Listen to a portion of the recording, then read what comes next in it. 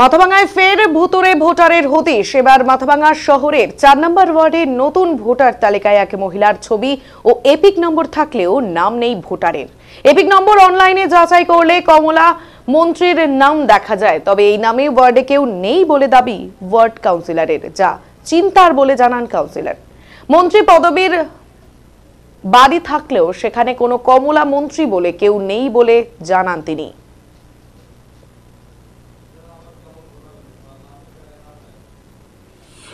কমলা মন্ত্রী, মদনলালজি, ওয়েস্ট বেঙ্গল।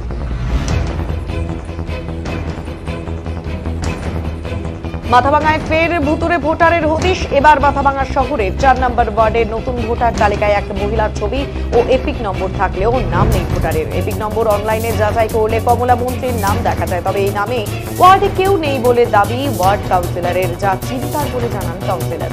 মন্ত্রী পদবীর বাড়ি থাকলেও সেখানে কোনো কমলা মন্ত্রী বলে কেউ নেই বলে জানান কাউন্সিলর।